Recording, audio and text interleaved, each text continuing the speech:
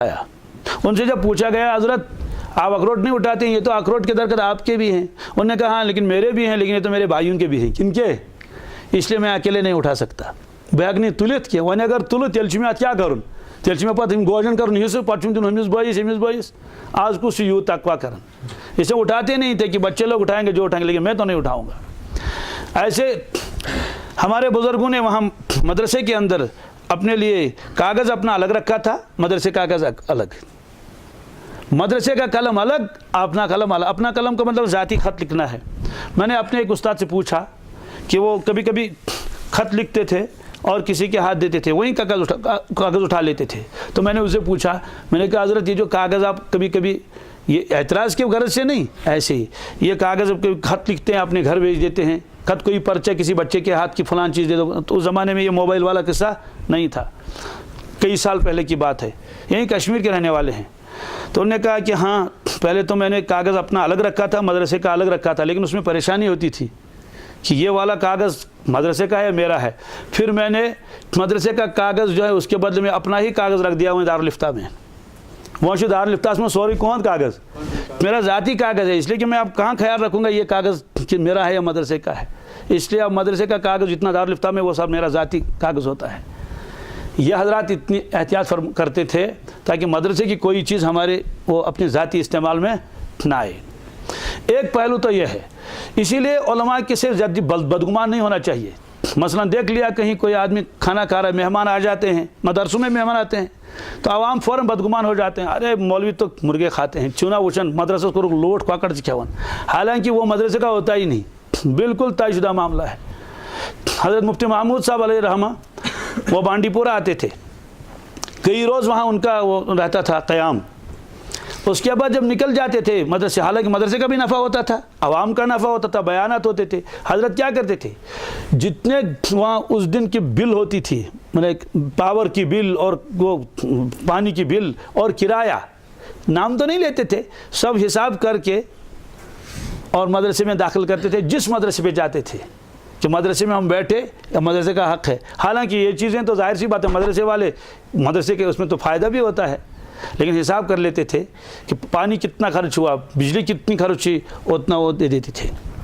हज़रत कारी सिद्दीक़ साहब अलैहि रहमा जिनसे मैंने पढ़ा भी है, 35 बरस मोहतमिम रहे। कितने? 35 साल मदरसे के जिस कमरे में वो रहे किराया अदा करते थे। हालांकि काम तो मदरसे का हो रहा है, लेकिन किराया अदा कर रहे थे मदरसे के लिए, खुद तो कुछ नहीं लेते थे मदरसे से, क्योंकि अल्लाह ताला ने फिर बुज़ुर्गी अता फरमाई थी, लोग तो हदाया वगैरह देते थे। इसी तरह से 35 बरस तक कभी मदरसे का सालन नहीं चखा। घर से रोटी आती थी उनके, घर से जो सालन पकता था वही, मदरसे का सालन भी नहीं चखते थे। ऐसे वहाँ एक थे नाज़िम मतबख भी वहीं करीब के थे। अब बच्चों को बुलाते थे, बेटे इसमें देखो नमक कम है या ज़्यादा है, खुद नहीं, हालांकि नमक तो देख सकते हैं, फरमाते थे भाई तो मदरसे का है, मेरा तो नहीं है। इसलिए उलमाए किराम को देखकर बहुत जल्द बदगुमान नहीं होना चाहिए, लेकिन उलमा को भी चाहिए कि ऐसी हरकत न करें जिससे लोग क्या हो जाएं, बदगुमान हो जाएं। हरदोई में 2 दफ्तर हैं, ये बड़ी अहम बात है, इसलिए मैं बात को ख़त्म कर लेता हूँ। दफ्तर हैं, एक दफ्तर है वहाँ मदरसा अशरफुल मदारिस का, एक है दावतुल हक़ का, एक ही जगह दफ्तर, एक ये दफ्तर है, एक दूसरा दफ्तर वो है। दावतुल हक़ के तहत सैकड़ों मदारिस चलते हैं, छोटे छोटे मकातिब। महीने के बाद वहाँ उनका इज्तिमा भी होता है, कारगुजारी सुनाते हैं, हिसाब देते हैं। अब वहाँ जो है कलम भी है मुंशियों के हाथों में और बाज़ तकिया भी है। तो हज़रत ने वहाँ छोटे छोटे बोर्ड लगा रखे थे, क्या कि मुंशियों के कलम अपने ज़ाती हैं, स्याही मदरसे की है, स्याही, ताकि कोई आकर बदगुमान ना हो जाए कि है यमन मेड इन चाइना पियन ये लिखा था। और जो उसमें से कुछ बूढ़े भी थे वो मुंशियान वगैरह, उनको तकिए की ज़रूरत होती थी। हज़रत ने कहा तकिए इनके ज़ाती हैं, तकिए इनके ज़ाती हैं, यानी वो इसलिए कि ताकि कोई आकर ये ना कहे है अश्चिंतज मदरसा में टाट ही तो नमोज थमित क्या देखिए। तो दोनों पहलू हैं, लेकिन अब कब तक आदमी हर चीज़ में लिखता रहेगा। चाहिए यही कि आवाम को चाहिए कि उलमा से नेक गुमान रखें।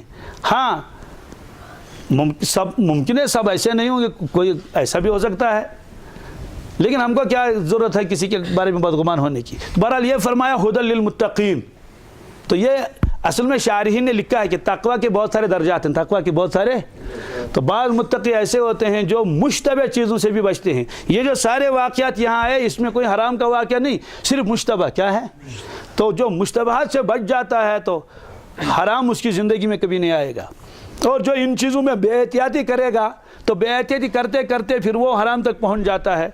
اس لیے فرمایا کہ جو حضرات مشتبہ چیزوں سے اپنے آپ کو بچاتے ہیں وہ کبھی بھی بڑے گناہوں میں مبتلا نہیں ہوتے ہیں۔ تو یہ فرمایا ہدی للمتقین، یہ کتاب قرآن پاک یہ ہدایت ہے کن کے لیے؟ اللہ تعالیٰ سے ڈرنے والوں کے لیے۔ تو ہر درجے کے لوگوں کے لیے یہ ہدایت ہے، چھوٹے درجے والے ہوں یا بڑے درجے والے ہوں۔